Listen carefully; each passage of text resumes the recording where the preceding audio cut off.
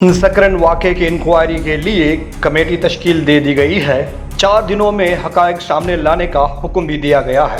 गुज़िश्ता रोज़ पेश आने वाले वाक़े में 2 भाइयों समेत 5 अफराद की ज़िंदगी चली गई थी, जबकि सकरन समेत सिंध के मुख्तलिफ शहरों में धरने भी दिए गए हैं। माड़ी जलबानी गोड में पेश आए वाक़े ने पूरे मुल्क को रुला दिया है। सोशल मीडिया पर यह वाक़या टॉप ट्रेंड चल रहा है। मरकजी धरने में सैयद ज़ैन शाह समेत कौम परस्त रहनुमा शामिल हैं। जेके उते आया हा उहे पहिरीं गिरफ़्तार थिया, तॾहिं असीं सम्झंदासीं त इंसाफ़ जी शुरूआत थी।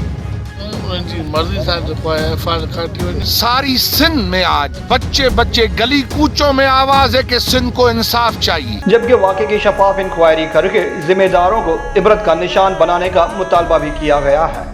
जाम बहाग अफराद में 2 ऐसे भाई अक्कन जलबानी और उसके भाई निज़ामुद्दीन भी शामिल थे, जिनकी शादी की तैयारियां जारी थी कि वो गोलियों का निशाना बन गए।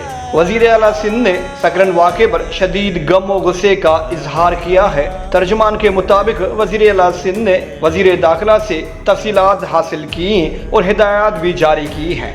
वो बहुत ही दुख भरा वाक़या है, उसका सबको रंज है, अफसोस है। और मैंने इंक्वायरी ऑर्डर कर दी है कमिश्नर हैदराबाद और कंसर्न डीआईजी और डीआईजी तो इंक्वायरी हो गई। इंशाल्लाह 3-4 दिन के अंदर रिजल्ट आ जाएगा। पार्ट इंक्वायरी कमीशन बना दिया है और रिपोर्ट उसकी आ जाएगी। वज़ीर आला सिंध ने वाक़े की इंक्वायरी करने के लिए 3 रुकनी कमेटी तश्कील दे दी है। कमेटी में कमिश्नर हैदराबाद, डीआईजी हैदराबाद और डीआईजी स्पेशल ब्रांच शामिल हैं। कमेटी को हिदायत दी गई है कि वो 4 दिनों के अंदर तफसीली रिपोर्ट वज़ीर आला सिंध को पेश करे। सकरन वाक़े को प्रिंट और इलेक्ट्रॉनिक मीडिया ने दुरुस्त अंदाज में रिपोर्ट नहीं किया।